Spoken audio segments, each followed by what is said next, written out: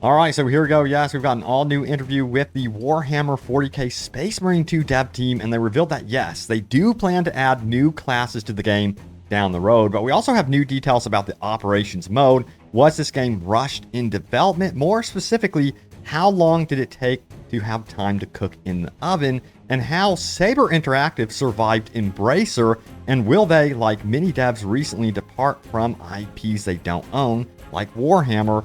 And the guys that made Space Marine 2 right here are also working on a very big game that many of you might not know about. We absolutely have to talk about this one. But you know what? Let's head on over to the brand new interview. And this is the headline here. Warhammer 40k Space Marine 2 Q&A with Tim Willits. We have a game that will exceed expectations. So they are extremely confident in this one heading into release. All right, so yeah, I say we start off with the class system and those teases, 2 new classes. So yes, this is going to be Tim Willits answering the questions here. It says, I know you have a class system for the multiplayer modes. Can you talk about that? And this was asked by WCCFtech.com. Sources in the description. Now it says, indeed, are you familiar with World War Z? It's a little similar. Our game director, Dmitry Grigorenko, hopefully I didn't butcher that, was the game director on World War Z, and he's very good at progression, class identities, and attributes. As you play, even in PvE, as you progress, you unlock different classes, of course. They can earn experience, and you can use some of the experience to upgrade your characters even in PvP. So it's like World War Z, where you have things like Assault class, the Heavy class, and the Support class. But it's cool to note there that there is going to be that connection from PvE to PvP. So if you are interested in upgrading even in PvP by playing PvE, that is something that you can do. So that is very, very cool. Now, they do go on to say this. We have Warhammer 40k names for them. We're talking about the classes, but you can pick one that you like, that fits your style, and then you can apply your experience to those classes. Now, they go on to ask, okay, how deep is the progression for each class? It's deep, they respond.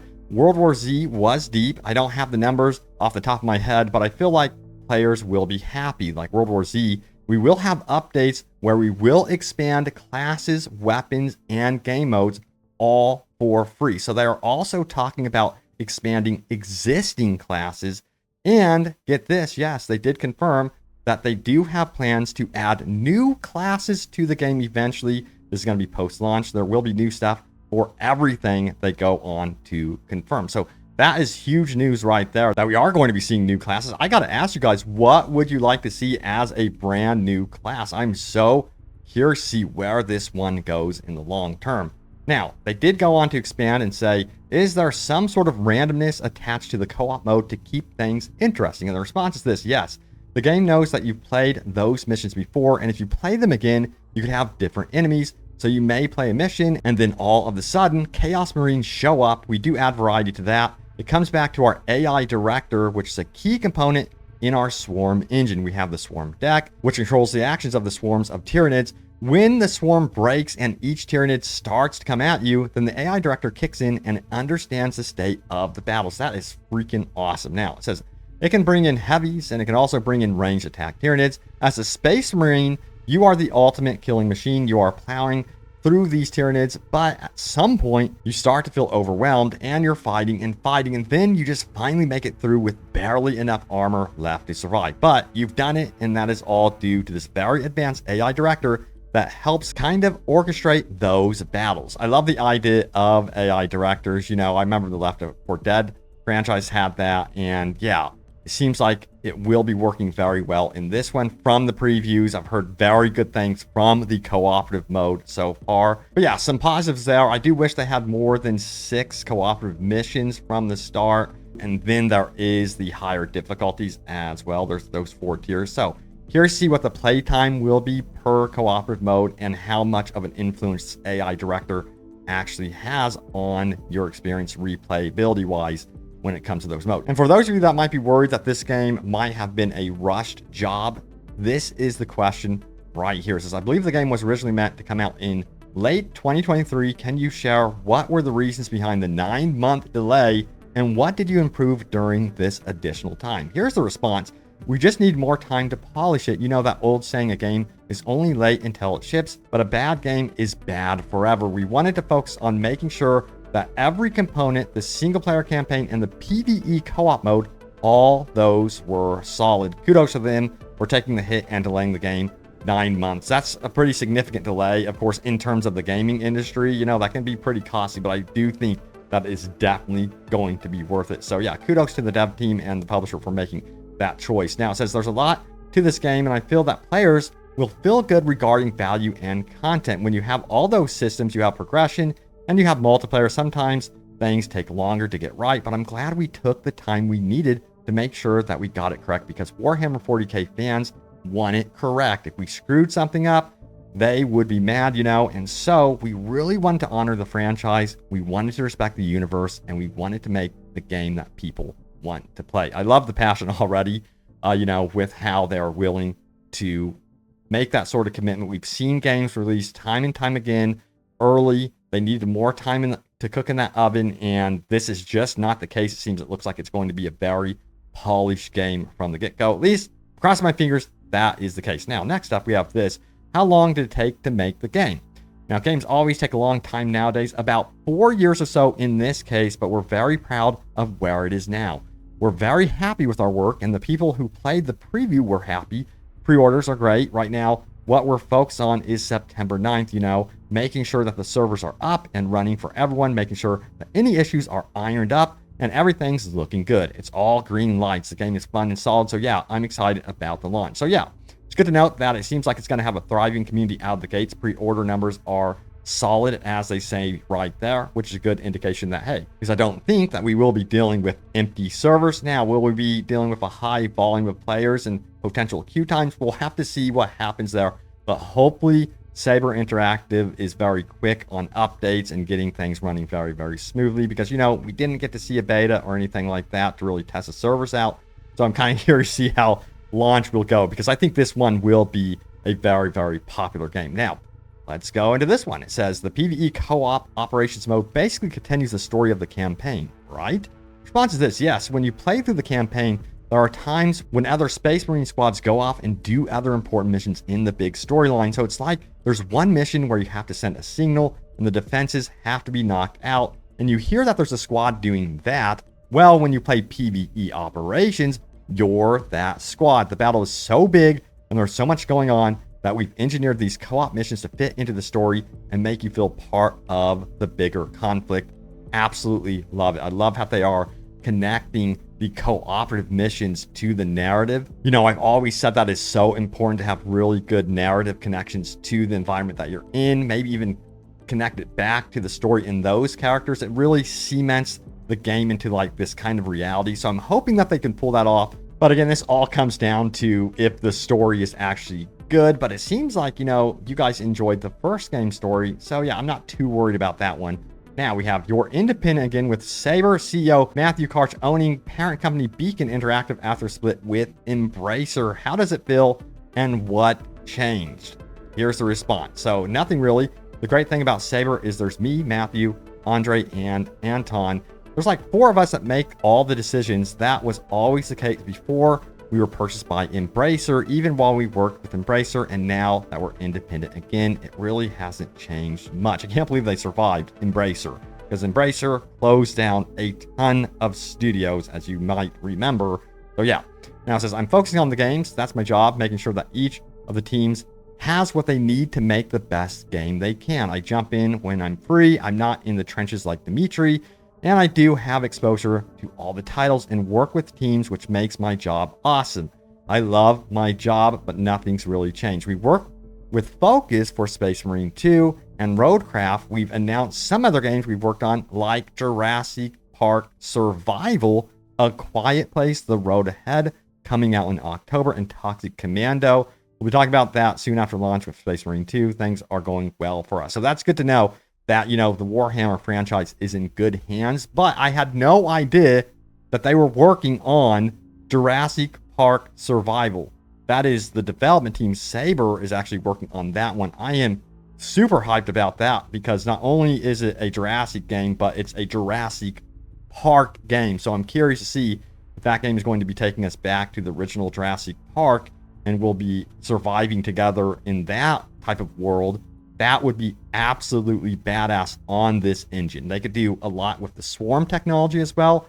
So when I heard that, I was very, very excited. And yeah, I'm now very curious to see what they're going to do with that one. All right, we have one last question as well. Electronic Arts actually came out a few months ago during an investor's call after canceling a Star Wars game in development at Respawn to say that they would lean less on licensed franchises in the future. Do you think that's where the industry is headed, partially to offset those growing budgets? This is a great question. And the response is, oh, no. We're working on a Jurassic Park game. That's one of the world's biggest IPs. And we have other things we're working on that we haven't announced yet. No, you have to manage how much money you are spending on your team. You have to manage how your teams are working. If you have the right brand, the right IP, it can really benefit you. Even we have had great success working with other IPs. Look at World War Z. I believe the game has made more money than the movie did, I believe. And I'm not sure about that, but you have to manage your teams and your business, and you have to make the right game with the right budget in the right part of this world. And that's what we do well. The confidence is really reassuring there. So it's nice to know, again, that this franchise, Warhammer 40k, is very much in good hands. And, you know, speaking about EA and what they've done with licenses, you know, they've handled Jedi Survivor well, but when it came to like Star Wars and Battlefront, oh my God, was that such a massive misfire. I don't even want to talk about it. All right, so now it's time to go over your top comments. So remember, leave a comment down below for a chance for it to end up in a future video. And also, as a side note, remember, I am still doing my Warhammer 40k Space Marine 2 giveaway. So see the pinned top comment if you are interested in entering that. That's for my subscribers here on YouTube. All right, so let's get into this, shall we? So we have regarding crossplay, let's face it, this ain't competition level esports. We don't need to have everything perfected for equality. And this is a response to the fact that they did announce that, yeah, PvP servers are going to be separated into two pools. You're going to have kind of like a PC pool between Steam and Epic Games Store, and then consoles will have their own pool of players between Xbox and PlayStation 5, which some people are rejoicing, and some people are like, hey, I want to be able to play with my friends on PC on all game modes, not just PvE. So let's keep going because there's more comments about this. Because I think PvE will be more played than PvP. A lot of you guys upvoted this one. I'm kind of curious to see if this ruffles any PvP player feathers here. So yeah, sound off if you feel the same way or if you disagree. Now it says Heavy has melee. He swings the heavy weapon and then stomps the enemies with his boot. I had seen so many previews. It's really weird from YouTubers and press saying that Heavy has no melee whatsoever. That's like a bummer. It feels weird. And you guys have confirmed through your comments here that, hey, Robbie, Heavy does have melee. It's just not going to be with an actual melee weapon. Although I think that would be cool. But I guess it's going to be perhaps a weaker melee.